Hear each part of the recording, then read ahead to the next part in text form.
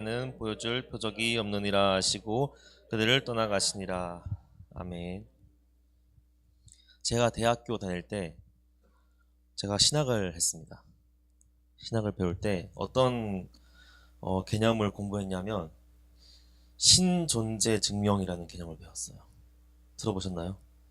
생소하죠? 그러니까 우리는 하나님이 계신 거 당연한데 뭐 그걸 증명하고 있어. 하지만 이걸 증명하기 위해서 수많은 신학자들과 철학자들이 오랫동안 연구를 해왔어요. 그래서 여러분들 알고 계시는 철학자 누구 있으세요? 문과생. 네? 니체 좋아요. 데카르트, 좋습니다. 오늘 데카르트 나와요. 그리고 뭐 칸트 이런 분들 아시죠? 철학자. 정말 많은 사람들이 이 신의 존재에 대해서 생각하고 어떻게 신이 진짜로 존재한다는 것을 경험적으로 증명하는 것이 아니라 논리적으로 증명할 수 있을까? 이것을 정말 많이 연구했습니다. 이거는 지금도 마찬가지고 예수님 세대도 마찬가지예요. 그래서 제가 배웠던 신존재 증명의 대표적인 5가지가 있거든요. 첫 번째는 한번 이해가 되는지 잘 들어보세요. 우주론적 증명이에요. 우주론적 증명.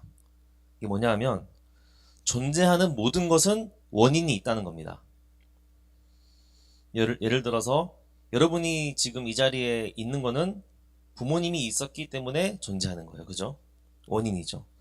그리고 지금 여기 핸드폰이 있는 거는 이걸 만든 회사와 제작자, 디자이너가 있다는 거죠. 마찬가지로 우주가 존재한다는 것, 이 세상에 존재한다는 것은 그것을 존재하게 한 제1원인이 있다는 겁니다. 따라서 제1원인 신은 존재한다, 하나님은 존재한다는 것이 이 첫 번째 우주론적 증명이에요. 두 번째 존재론적 증명입니다. 이과생들은 어렵죠, 조금. 존재론적 증명은 하나님이라는 그 개념 자체가 하나님의 존재를 함축하고 있다는 것을 주장하는 겁니다. 좀 어려운데 쉽게 설명하면 우리가 상상할 수 있는 가장 위대한 존재가 신이잖아요. 신. 가장 위대한 존재가. 근데 만약에 그 신이 상상 속에서만 존재하고 현실에 존재하지 않는다면 우리는 항상 그보다 더 큰 존재를 상상할 수 있다는 거예요. 이해가 되나요? 저도 사실 잘 이해가 안 됩니다.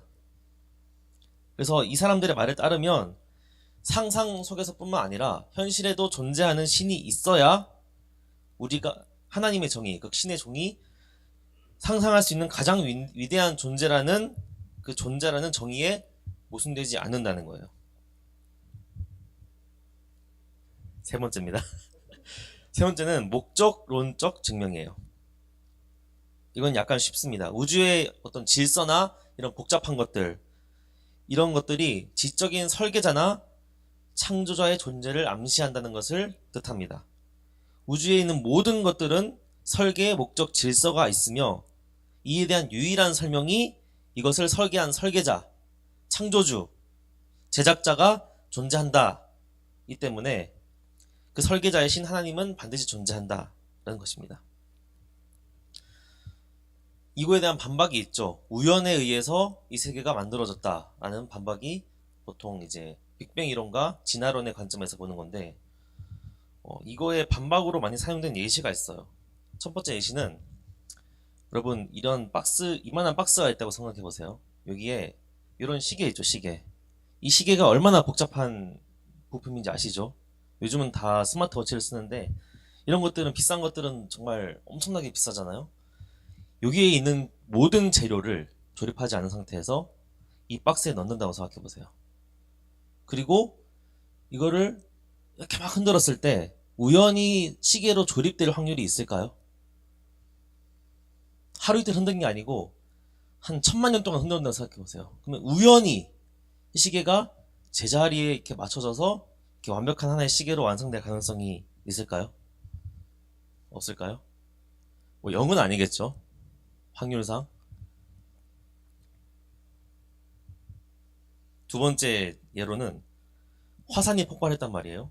화산이 폭발하면 보통 화산재가 이렇게 날아옵니다. 쌓이게 되는데, 그 화산재가 우연히 건물 모양으로 쌓이게 될 확률 있을까요? 화산이 정말 여러 번 터졌어요. 정말 수천 번, 수억 번 터졌어요. 터졌는데 우연히 땅에 잘 차곡차곡 쌓여서 하나의 건물이 되는 거예요. 멋있는 건물이. 말이 안 된다고 생각하시나요? 그렇다면 어떻게 이 정교한 자연의 법칙과 인간의 모습, 이것들이 우연히 만들어졌다고 생각할 수 있을까? 라는 것이 이 세 번째였습니다. 네 번째, 도덕적 증명. 객관적인 도덕적 가치, 그리고 도덕적 의무의 존재가 이를 입법한 존재인 하나님이다. 하나님이 존재한다는 것을 암시한다는 겁니다. 그러니까 우리가 옳고 그름에 대한 보편적인 상식이 있잖아요. 어느 나라 가서나 통용되는 그런 상식들, 그것이 존재하는 것이, 이것이 근거가 되는 초월적인 근원이 있어야 된다라고 주장하는 것입니다. 마지막입니다. 역사적 논증. 이거는 좀 기독교에서 주로 한정되긴 하겠지만, 예수님이라는 존재의 탄생, 가르침, 공생애, 부활이라는 그것에 대한 역사적인 증거가 있어요. 그 증거가 이 하나님의 존재를 뒷받침한다는 겁니다.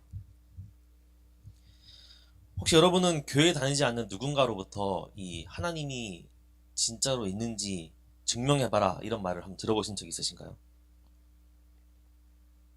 혹시 여러분은 하나님이 실제로 존재하실 뿐만 아니라 지금도 살아계시다는 사실을 믿으십니까? 네, 아멘. 그렇다면 과연 이 하나님을 증명하라는 문제 앞에서 여러분은 어떻게 대처를 하실 건가요? 만약 누군가에게 이제 교회에 나오라고 전도를 하겠다고 마음을 먹었다고 해봅시다. 그러면 언젠가는 궁극적으로는 우리가 교회 다니는 이유, 교회를 다니며 신앙생활을 하는 그 마음의 행동과 모든 것들의 기본적인 전제, 즉 하나님이 살아계신다, 이게 우리의 전제잖아요. 하나님이 살아계시기 때문에 교회를 나오고 신앙생활을 한다는 겁니다. 이거에 대해서 생각해 볼 수밖에 없는 때가 온다는 거예요. 교회 왜 다녀? 그냥 습관이야. 안 나가면 부모님한테 혼나. 이건 아니잖아요, 더 이상. 교회에 다니고 신앙생활을 한다는 것은 남들에게는 없는 특별한 신념과 믿음이 있다는 것입니다. 그리고 그것이 바로 하나님에 대한 믿음, 예수님이 나를 위해 죽으신 우리의 구세주라는 믿음이 있다는 것이죠. 그런데 그런 믿음이 도전을 받을 때 어떻게 행동하시겠어요? 몰라. 그냥 믿는 거야. 성경에 보니까 사실이래. 그럼 성경이 사실이라는 사실은 어떻게 믿어? 하나님이 쓰신 거니까 당연히 사실이겠지. 그럼 하나님이 존재하는 거 어떻게 믿어? 성경에 나왔으니까 믿는 거지. 이렇게 반복되겠죠. 최근에 넷플릭스라는 OTT 사이트에서 유명한 프로그램이 하나 있습니다. 뭘까요? 어떻게 하셨어요? 다들 더 글로리를 얘기할 줄 알고 그걸 썼는데, 더 글로리 아니고 나는 신이다 라는 다큐멘터리입니다. 이게 뭐에 관한 내용이냐면, 한국을 시끄럽게 했던 사이비, 그러니까 이단에 대해서 JMS, 오대양, 아가동산, 만민중앙교회, 이 네 군데 이단에 대해서 그 실태를 폭로하는 그런 프로그램인데, 저도 다 보진 않았어요. 일부만 봤는데, 신기한 거는 그 이단에 빠진 사람들, 그 사람들이 멍청한 사람들이 아니라는 거예요. 특히 그 초기 신도들, 핵심 멤버로 자리 잡은 사람들은 서울에 있는 명문대 대학생들이었습니다. 그때 당시 명문대면 엄청난 스펙이거든요. 그죠? 그런데 이 JMS가 재림예수라는 사실을 철석같이 믿고 따랐다는 거예요. 그 사람들이. 어떤 논리적이거나 이성적이거나 합리적인 생각으로는 이해할 수가 없는 현상인 겁니다. 근데 저는 이런 생각을 한번 해봤어요. 만약에 그 사이비 이단 종교들이 이 프로그램을 보면 다 성폭행을 하고, 폭행을 하고, 감금하고, 살인하고, 감금하고, 착취하고, 이런 피해자들이 정말 많았거든요. 그 사람들이 폭로를 하는 프로그램인데 만약 그런 불법적인 행위가 없었다면, 만약에 있었어도 티가 안 났다면 아직도 그 이단과 사이비는 지금 건재하고 있다는 겁니다. 그죠? 신도들이 자기가 믿는 하나님이 진짜 하나님이다, 내가 믿는 저 재림 예수가 진짜 예수다, 이렇게 철석같이 믿으면서요. 사실 이런 현상은 예수님께서도 이미 말씀하셨어요. 마태복음 24장 24절을 보면 거짓 그리스도들과 거짓 선지자들이 일어나 큰 표적과 기사를 보여 할 수만 있으면 택하신 자들도 미혹하리라 말씀하셨습니다. 과연 우리는 이러한 이단에서부터 자유로울 수 있을까요? 영적 전쟁 많이 들어보셨죠? 하나님을 대적하는 영적인 존재들이 가만히 있을 리가 없습니다. 우리는 비록 썬데이 크리스천이라도 그 사탄들은 풀타임이에요. 하나님과 하나님 나라에 대적하는 존재들, 사탄. 언제 우리가 교회에서 이 사람에게 실망하고 이 사역자에게 실망하고 이 교회의 시스템에 실망하고 시험 들어서 다른 진리에 혹하게 될지 아무도 장담할 수가 없습니다. 할 수만 있으면 택하신 자들도 미혹하리라, 이렇게 예수님 말씀하셨잖아요. 그렇다면 어떻게 해야지 이런 이단의 위험으로부터 벗어날 수 있을까? 성경에서는 피하라고 일단 가르칩니다. 디도서 3장 10절에 보면 이단에 속한 사람을 한두 번 훈계한 후에 멀리하라. 그리고 더 나아가서 하나님을 계속 더 알아가는 노력을 해야 됩니다. 하나님을 바로 알아야 돼요. 내가 생각하는 인간 중심적인 하나님이 아니라 성경 전체를 관통하고 그 관점을 통해서 나를 지으시고 이 세상을 창조하시고 그 가운데서 이뤄가시는 하나님의 존재를 알아가야 합니다. 이 다큐멘터리를 보면 그 사이비 교주가 행하는 그 신비로운 기적을 사람들이 체험하고는 완전 넘어가 버려요. 그게 진짜일까요? 병 고치고 한 것들이 진짜일까요? 모르겠어요. 진짜일 수도 있을 것 같아요. 예언한 것을 맞추고 아픈 사람을 일으키고 안 되던 것을 되게 하고 이렇게 하니까 의심하던 사람들도 그 명문대생들도 그냥 넘어가 버립니다. 아, 이 사람이 진짜 예수구나.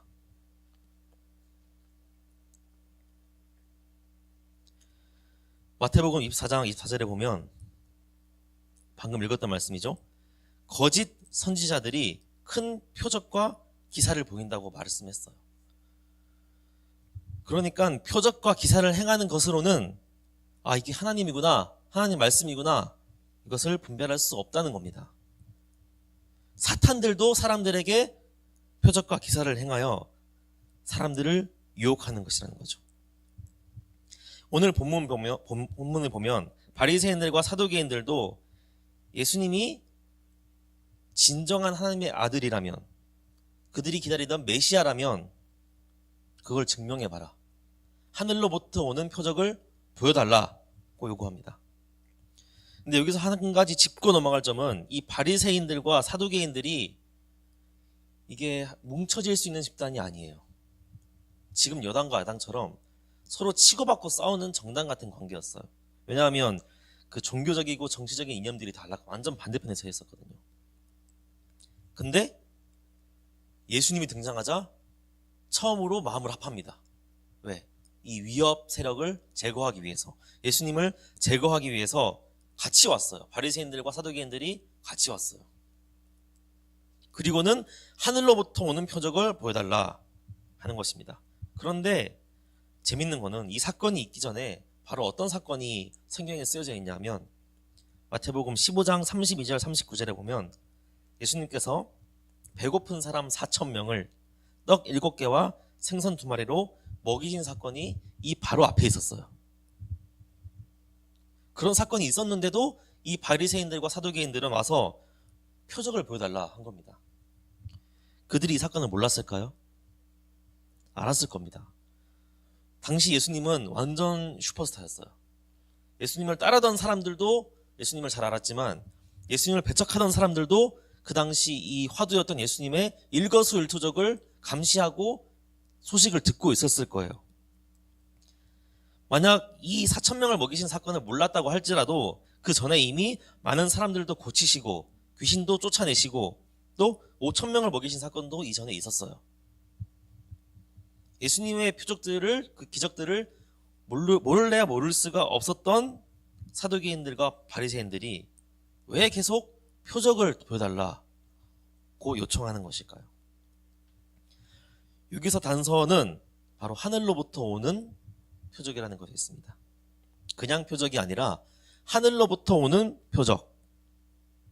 이게 무슨 말이냐면 이 사람들은 예수님이 행했던 표적들이 하늘로부터 오는 것이 아니라고 생각했어요.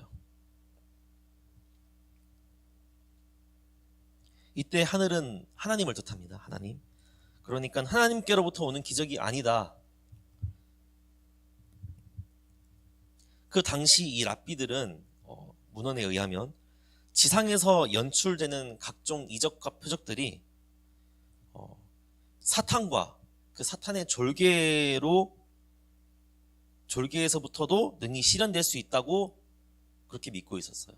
그러니까 기적과 표적들이 하나님의 능력으로만 되는 것이 아니라 다른 영의 세력, 사탄의 능력으로도 이것들이 가능하다고 생각했다는 겁니다. 그래서 이 사람들은 그거 말고 정말 하나님께로부터 오는 기적을 보여달라.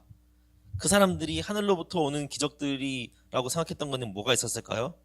예를 들어서 모세의 기도로 인해서 하늘에서 내렸던 만나, 여호수아의 기도로 인해서 해와 달이 멈췄던 사건들,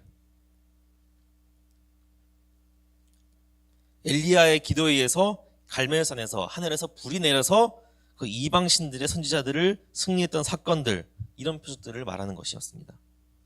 이들의 입장에서는 예수님이 행하신 표적들이 하늘로부터 온 게 아니었어요. 따라서 예수님이 만약에 정말 당신이 하나님께로부터 온 메시아라면 하나님께로부터 오는, 하늘로부터 오는 표적을 보여달라라고 요구를 하는 겁니다. 여러분, 정말 하나님이 존재한다는 것을 증명하기 위해서 기적이 필요할까요? 초자연적인 현상이 일어날 때 하나님이 존재한다는 것을 증명할 수 있을까요? 보통 우리가 간증하시는 분들의 이야기를 들어보면 이런 레파토리가 되게 많아요. 죽을 병에 걸렸어요. 병원에 갔는데 의사들도 병을 못 고친대요. 이제 마무리를 준비하래요. 근데 어느 날 문득 병이 깨끗하게 나은 겁니다. 의사들도 이건 믿을 수 없는 일이다, 기적이다, 이렇게 말을 했대요. 그리고는 이것이 바로 하나님이 살아계신 증거입니다 라고 말하는 것을 볼 수 있죠. 물론 틀린 말은 아닙니다. 하지만 그 기적이 일어나야만 하나님이 살아계시는 것이 아니에요. 초자연적인 현상이 일어나야지만 하나님의 존재가 증명되는 것이 아닙니다. 이 바리새인들과 사두개인들은 애초에 정말 예수님이 그러한 표적을 행할 수 있는지 궁금해서 온 게 아니에요. 1절, 바리새인들과 사두개인들이 와서 예수를 시험하여, 이 시험하여라는 단어는 그 예수님이 사역을 시작하시기 전에 사탄에게 시험 받으셨죠. 그 단어와 똑같은 단어가 쓰였습니다. 그러니까 순수한 호기심으로 정말 예수님이 하늘로부터 왔는지 한번 알아보자, 이렇게 한 게 아니고 자신이 이미 정답이에요. 이 사람은 메시아가 아니라는 정답을 가지고 있어. 그것을 반박하기 위해서 예수님을 음해하고 모함하려는 속셈을 가지고 질문한 것입니다. 모세와 바로왕 이야기 아시죠? 10가지 재앙. 그때 모세가 이 애굽에서 이스라엘 백성을 빼내기 위해서 하나님의 능력을 바로에게 보여줘요. 10가지 재앙으로. 바로왕은 그 재앙을 직접 목격합니다. 그런데 믿지 않았어요. 이런 생각을 할 때가 있습니다. 그렇게 사람들이 예수님을 안 믿는데, 신이 없다고 말을 하는데, 예수님 한 번쯤은 좀 내려오셔서 좀 다 기적을 베풀고 전쟁을 탁 멈추고 수많은 기아들과 가난과 병을 좀 해결하고 가시면 좀 따르지 않겠냐, 이런 생각을 가끔 하거든요. 과연 그럴까요? 예수님이 2000년 전에 오셨어요. 실제로 이스라엘에서 그런 행동을 하셨습니다. 근데 어떻게 했어요? 다 예수님을 믿었습니까? 일부만 믿었습니다. 나머지는 오히려 예수님을 죽였어요. 지금 2023년에 한국 땅에 오셔서 기적을 일으키시면 과연 믿을 수 있을까요, 우리가?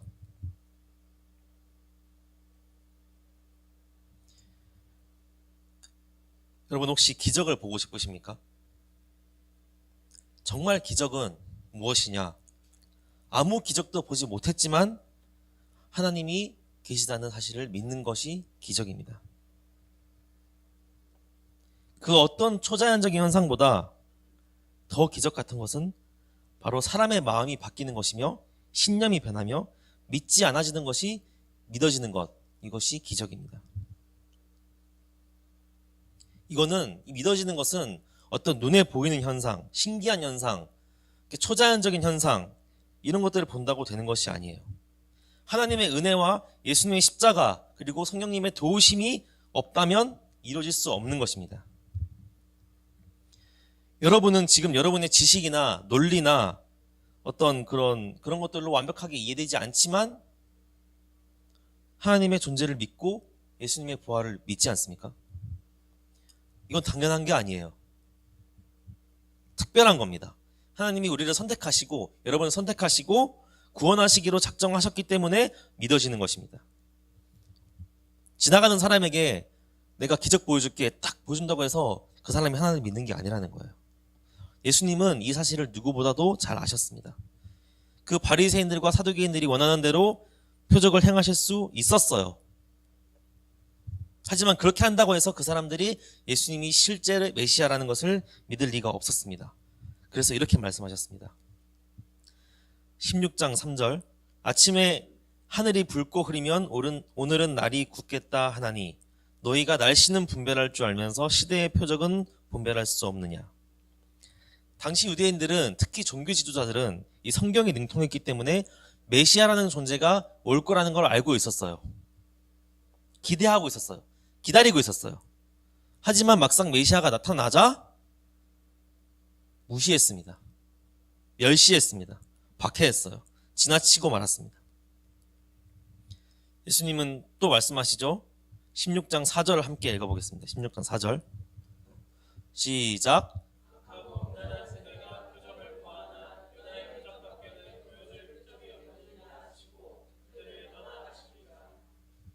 요나의 표적이 뭔가요?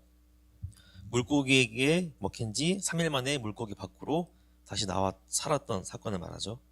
이거는 예수님의 앞으로에 있을 사건, 즉 십자가에 달려 돌아가시고 3일 만에 다시 살아나셔서 부활하셔서 우리를 구원하시겠다는 그 내용을 암시하는 겁니다. 즉 예수님 스스로가 죽으시고 다시 사시는 것이 하늘로부터 오는 유일한 표적이라는 거예요. 예수님은 이 땅에 계실 때 자신의 영광을 위해서 능력을 사용하시지 않았습니다. 예수님은 이 땅에 구원의 역사를 위해서 오신 것이지 능력을 행하셔서 이 세상에서 이름을 알리기 위해서 오신 게 아니었어요. 그보다 더 큰 뜻이 있었죠. 그리고 표적, 기적은 철저히 특별한 목적 하에만 이루어졌습니다. 병든 자를 치료하시면서 그들의 죄를 사하여 주셨고 하나님의 말씀으로 영적인 양식을 채운 사람들에게 육적인 양식도 채워주시고 하나님의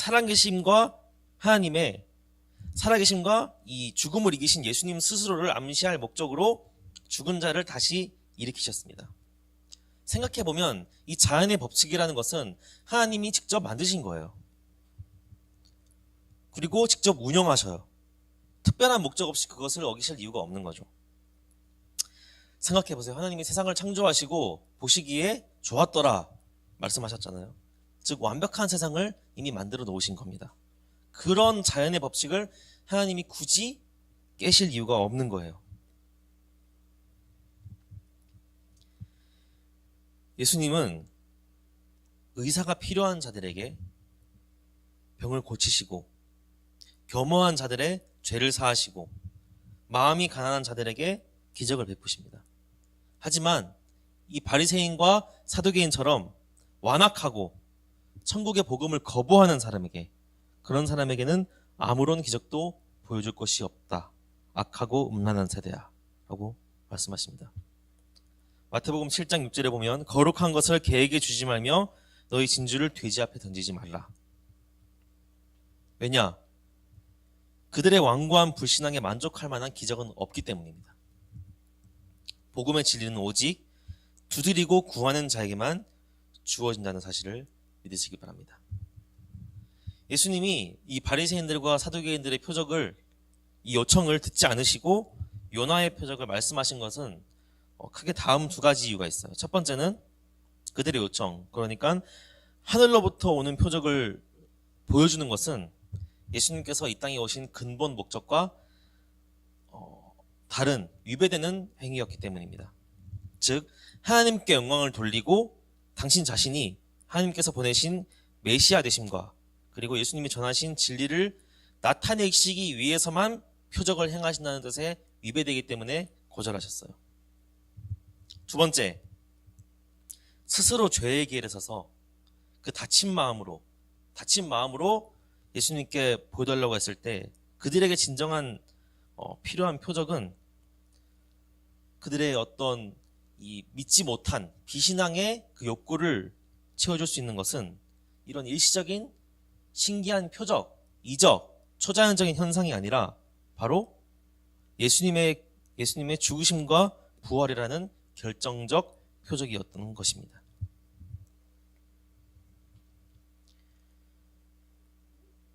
우리에게도 마찬가지입니다. 우리에게 필요한 유일한 표적은 예수님의 죽으심과 부활하심입니다. 저도 사실 합리적이고 굉장히 논리적이고 이성적인 걸 좋아하는 성격이에요. 그래서 완벽히 이해되고 논리적인 사실을 믿습니다. 하지만 나보다 더 큰 존재가 있다. 나보다 더 위대한 존재가 있다. 내 이성과 나의 모든 것으로는, 내 지식으로는 이해할 수 없는 존재가 있다는 것을 인정하게 되면 이런 것들은 아무 쓸모가 없게 됩니다. 내가 이해가 안 되는 것은 내가 지혜가 부족해서이고 하나님의 존재에 비해 내가 너무 보잘것없기 때문이지, 내가 이해가 안 된다고 해서 내가 알고 있는 이성적인 것과 논리로 풀어지지 않는다고 해서 하나님의 존재가 없다고 결론 내리는 것은 너무 편협하고 우물 안에만 갇혀있는 것과 같은 것입니다. 만약 여러분이 하나님의 살아계심을 경험하고 싶으시면 기도하십시오. 살아계신 하나님의 말씀을 읽으세요. 그리고 한번 세상으로 나가보세요. 나가서 하나님이 창조하신, 그리고 지금도 계속 관리하시는 이 세상의 아름다움과 놀라움을 한번 보세요. 날이 맑을 때 밤 하늘의 별도 한번 보세요. 그리고 지금 옆에 있는 사람을 한번 보세요. 그리고 거울을 보면서 자신을 한번 바라보세요. 하나님이 만드신 그 작품을 한번 보십시오. 그리고 여러분이 이스라엘의 반대쪽에 살고 있는 우리가 예수님보다 2000년 늦게 태어나 사는 내가 어떻게 그분을 구주로 믿고 하나님의 자녀가 되어서 하나님을 아버지라 부를 수 있는지 한번 보십시오. 이게 바로 표적입니다. 이게 바로 기적입니다. 주변에 자녀를 낳은 지인이 있다면 그 아이를 한번 보세요. 그 아이가 기적입니다. 그 아이의 존재가 하나님의 살아계심에 대한 증거입니다. 오늘도 잠자리에서 일어나서 교회에 나왔다면 그것은 하나님의 살아계심입니다. 그리고 가장 중요한 예수님의 죽으심과 부활하심, 그리고 그것이 다름 아닌 바로 나 자신을 위한, 여러분 자신을 위한 하나님의 계획이자 사랑이라는 사실이 바로 하나님이 살아계심에 대한 증거입니다. 우리가 필요한 증거는, 우리가 필요한 표적은 그것뿐이에요. 그것으로 그리고 충분합니다. 우리 모두가 이러한 믿음 가지고 주는 그리스도시요 살아계신 하나님의 아들이시라, 이런 고백하는 삶을 살게 되시길 바랍니다. 기도하겠습니다. 하나님 감사합니다. 오늘은 사두개인들과 바리새인들이 예수님께 하늘로부터 오는 표적을 구하는 말씀을 통해서 하나님의 살아계심에 대해서 한번 생각해 보게 되었습니다. 주님, 우리가 하나님을 믿고 하나님의 살아계심을 믿고 하나님이 독생자 아들을 우리에게 보내셔서 우리를 구원하심을 우리가 믿는 것은 하나님의 은혜이자 예수님의 보혈의 공로이자 성령님의 도우심임을 이 시간 고백합니다. 아무것도 아닌 나의 이성과 합리로 하나님을 평가하려 하지 않게 하시고 오직 주님께서 주신 은혜로 우리가 하루하루를 주님과 함께 살아갈 수 있도록 인도하여 주시옵소서. 예수님 이름으로 기도드렸습니다.